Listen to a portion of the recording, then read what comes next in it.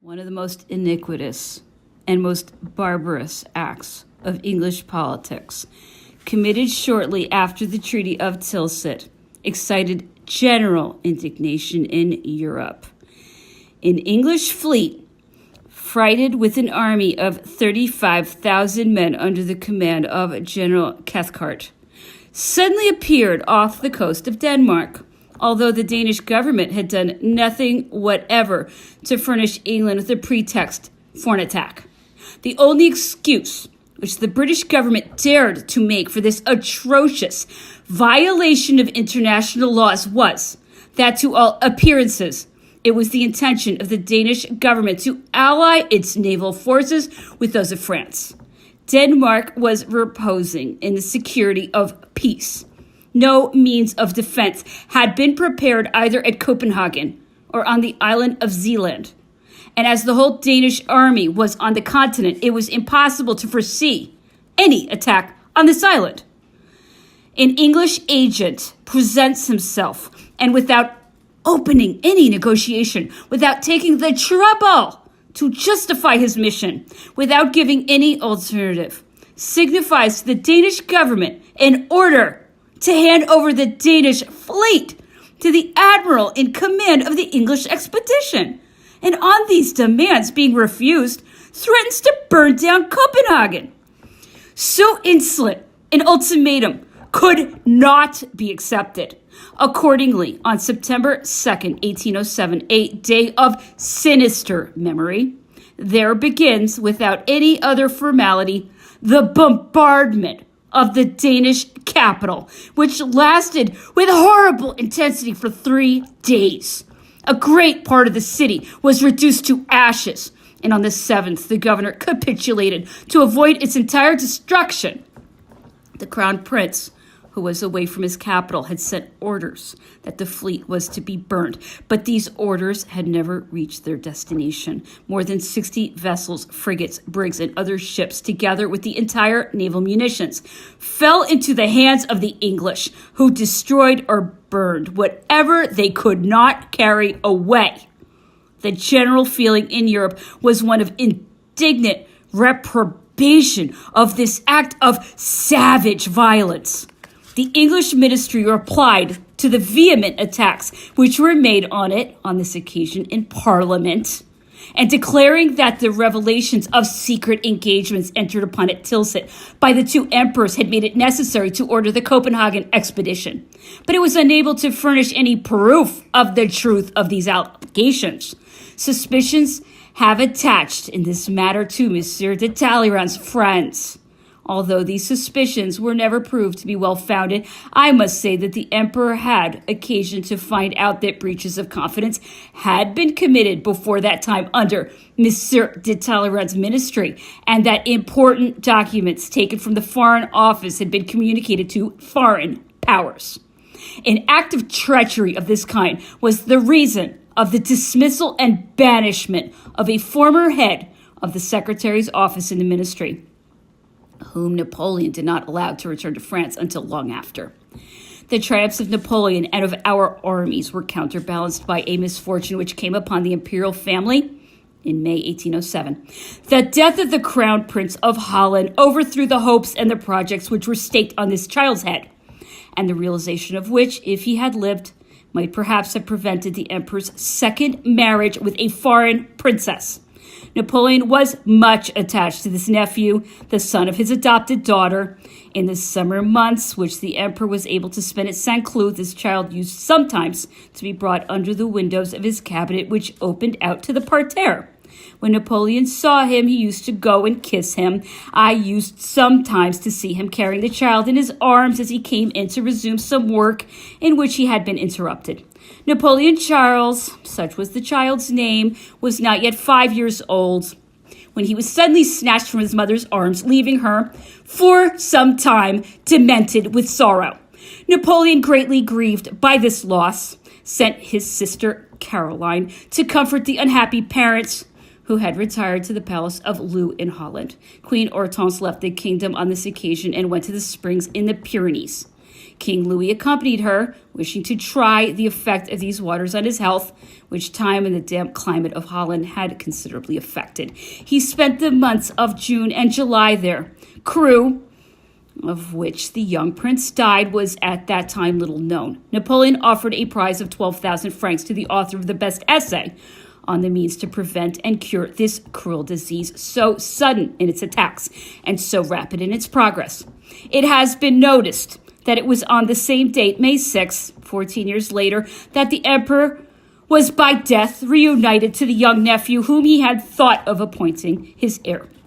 The deposition of Selim and this monarch's tragic death, which shortly followed, were another misfortune if this prince, who was worthy of a better fate, had lived. The Treaty of Bucharest, which was so fatal to us in 1812, would doubtless never have been concluded. On July 9th, 1807, after an exchange of the ratifications of the treaties which had been signed the day before, Napoleon, wearing the Grand Cordon of the Russian Order of St. Andrew, proceeded to the Emperor of Russia, who received him at the head of his guard, wearing the Grand Cordon of the Legion of Honor. Napoleon had the soldier of the Russian Imperial Guard who had most distinguished himself presented to him, and handed him the Golden Eagle of the Legion of Honor as proof of his esteem for the Russian guardsmen. He also presented his portrait to General Platov, hetman of the Cossacks. After 3 hours' conversation, Napoleon accompanied Alexander to the bank of the Niemen, where the Tsar embarked. The two sovereigns separated after the most affectionate leave-taking. The King of Prussia, after an exchange of purely formal visits, took leave of the Emperor Napoleon and proceeded to Memel. Napoleon, on his side, set out at once for Königsberg. The emperors of Russia and France had spent 20 days at Tilsit. Their residences in the city were quite close to each other and in the same street. During all this time, Napoleon and Alexander showed the greatest friendship for each other. Who would not have seen in their intimacy a solid guarantee for the peace of Europe? It is necessary to believe that Alexander's professions of friendship were sincere at the time. Napoleon halted one day in Königsberg and settled the dates on which the Prussian provinces, still occupied by the French troops, should be evacuated, assigning to each army corps the place which it should occupy. The emperor sent General Savary direct to St. Petersburg from Königsberg. The mission of this general, who had received instructions both concise and broad, but which had no official character, had for its object the keeping of the Emperor Alexander in the frame of mind which had dictated the Treaty of Tilsit, and the hurrying on in the execution of the various stipulations of the treaties. He was also to superintend the choice and speedy departure of a Russian ambassador to Paris, and finally to reside in St. Petersburg until further orders. Napoleon then proceeded to Dresden, where he spent 3 days. He received sincere proofs of gratitude and attachment from the worthy King of Saxony. He settled with La Bouillerie, general paymaster to the great army, whom he appointed treasurer of the extraordinary domain, all matters connected with the levies on Prussia and the conquered provinces, which amounted together to more than 600 millions of francs. Napoleon returned to St. Cloud with all speed and without stopping on the way. He arrived there on July 27th at 5 o'clock in the morning. He dined with his family, the Arch-Chancellor Cambyses being present. In the evening, he saw the ministers, and on the morrow he received the congratulations of the great corporations of state. The emperor's return, after an absence of 10 months, the longest he had ever made, was hailed with universal satisfaction. The prosperity enjoyed by all classes evoked a feeling of gratitude and warm sympathy for the man who had just crowned the most unheard of successes with the most glorious peace. The hope that this peace would be durable filled every heart with gladness. Paris was delighted, and a general illumination was spontaneously improvised on the very evening of the emperor's arrival. Napoleon's first care was to develop the prosperity of the country at home and to do everything necessary to strengthen its security, a security which had not been in the least disturbed during his long absence from home. He then turned his attention to foreign affairs and sought the best means for inducing the European powers, including Austria, to declare against England. The realization, in short, of the advantages which he had looked for from the Treaty of Tilsit. Napoleon proceeded also with the organization of the Kingdom of Westphalia, which had been created by this treaty in favor of Jerome Bonaparte. This kingdom had been put together out of the electorate of Hesse-Kassel, joined to the Duchy of Brunswick and other provinces in Germany which had been ceded by Prussia. Hanover also became an integral part of the Kingdom of Westphalia in 1810. Marshal Mortier had been commissioned to take possession of these various states. There was, amongst other rich artistic collections at Kassel, a fine picture gallery, and some of the finest pictures were sent to Paris.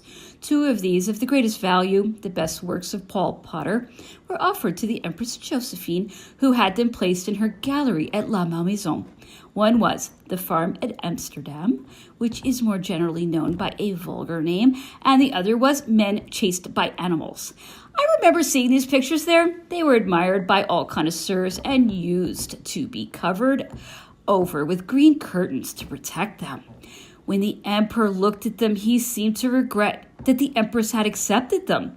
He used to say that it was robbing the museum. He would have taken more pleasure in them at the museum, because the greatest pleasure that he could afford himself was to enrich France with all the masterpieces which he gained by his victories.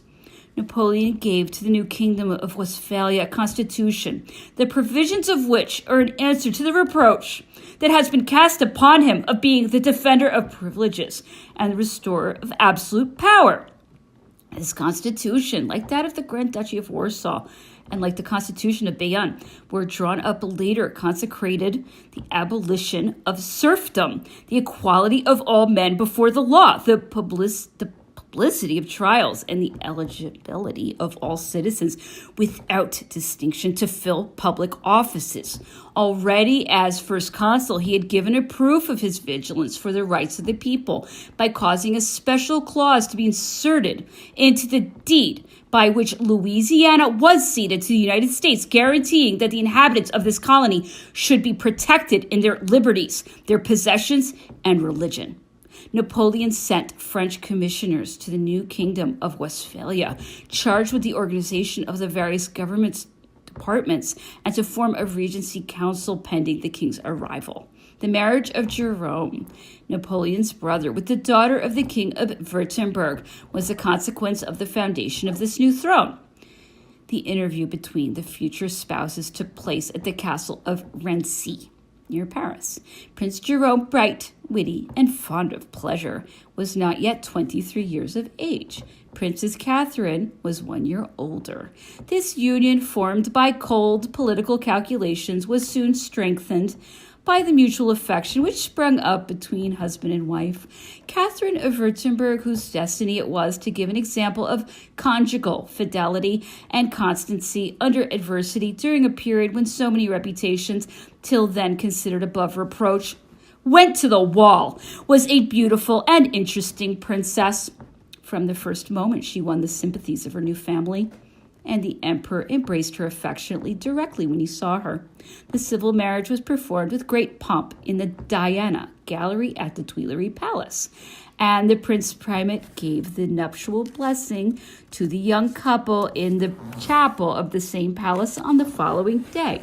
There was a reception at court that day, but the bad weather spoiled the illuminations and prevented the firework display. The King and Queen of Westphalia spent 3 months in Paris, whilst the Regency Council, composed of the 3 councillors of state, Simeon, Bunot, and Jolivet, and General Lagrange, was organizing the government of the kingdom in the sovereign's name and establishing his authority. Initiated to the science of government by the emperor, King Jerome had frequent conversations with his brother and was in constant correspondence with the Regency Council. A week after the departure of the emperor for Italy, the King and Queen of Westphalia left Paris to enter upon their states. They were received all along their route with enthusiastic welcome, which was everywhere accorded to the name which they bore. They spent a week at Stuttgart, where the King of Württemberg did all in his power to treat his daughter and her husband with respect and honor. The week passed in unending banquets and fetes. What a change 7 years later! The old king seemed then to want to make up for the marks of respect which in 1807 he had shown through his guests to the generous sovereign to whom he owed his royal crown. But Napoleon in 1814 was no longer anything more in his eyes than a vanquished enemy, whom he had no longer any need to treat with consideration. The change of times can alone explain such changes in conduct, and these things are amongst the contemptible features of human nature. After Napoleon's return from Tilsit, an important change was made in the ministry. Prince de Benevento Talleyrand, who, dissatisfied with the post of Grand Chamberlain, coveted a salary equal to that of the two ex-consuls, was given the choice between the dignity of Vice Grand Elector and of Secretary of Foreign Affairs. Monsieur de Talleyrand preferred to resign his portfolio, but he considered, and not without reason, that his leaving the ministry was the beginning of his disgrace. The emperor, without having material proofs of his minister's infidelity, felt that he could not continue to trust him.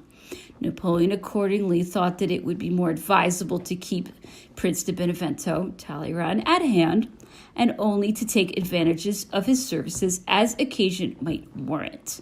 Monsieur de Champagny, whom the emperor had employed in certain negotiations, whose honesty he appreciated, and who seemed to him endowed with the special capacities that were wanted, seemed to him the right man to manage the Foreign Office under his own direction. It is to be regretted that Napoleon did not remove Talleyrand from public affairs altogether.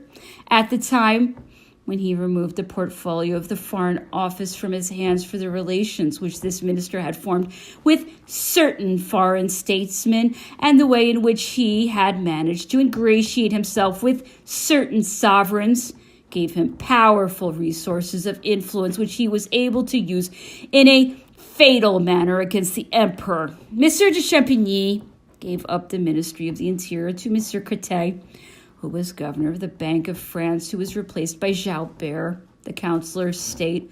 General Clark replaced Marshal Berthier at the War Office, the Marshal being raised to the dignity of Vice Constable, whilst retaining his post as Major General of the Great Army.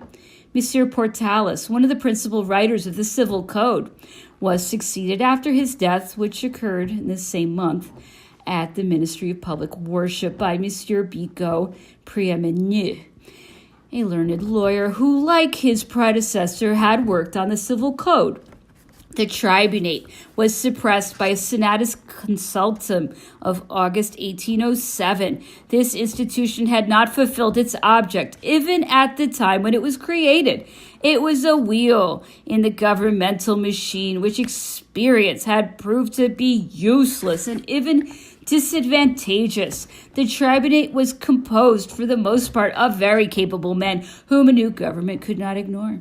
The danger lay in the fact that these men, loving to shine by eloquence and being steeped in the ideas which they had advocated during the Republic, possessed a public tribune from which to preach and maintain the same doctrines. These men brought into their debates, in spite of the fact that 9/10 of them could not be suspected of ill will or of hostility against the authorities, a spirit of opposition and an instinct of distrust which prompted them to reject measures of generally acknowledged public utility, amongst others the so anxiously expected provisions of the Civil Code, the modifications which the tribune had undergone, a creation incompatible with the idea of stability, did not remedy the fatal objection to the institution as an institution.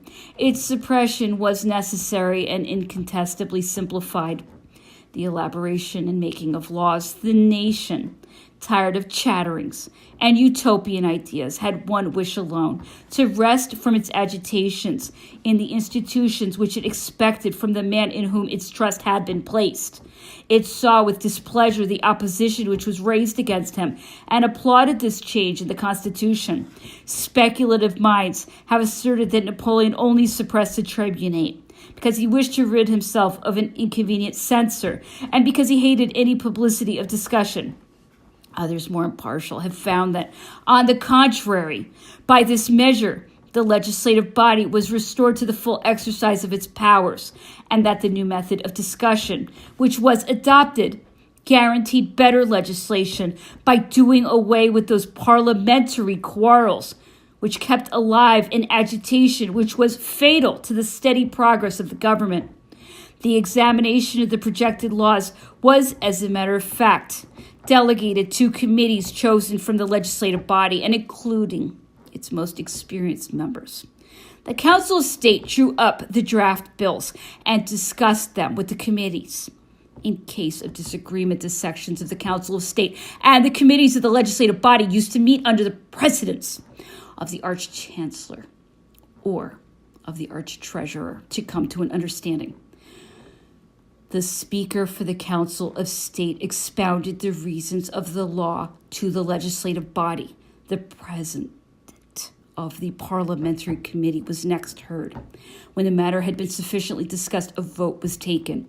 If the committee of the legislature did not consider the proposed law acceptable, each of the members of the committee was free to explain his objection before the chamber.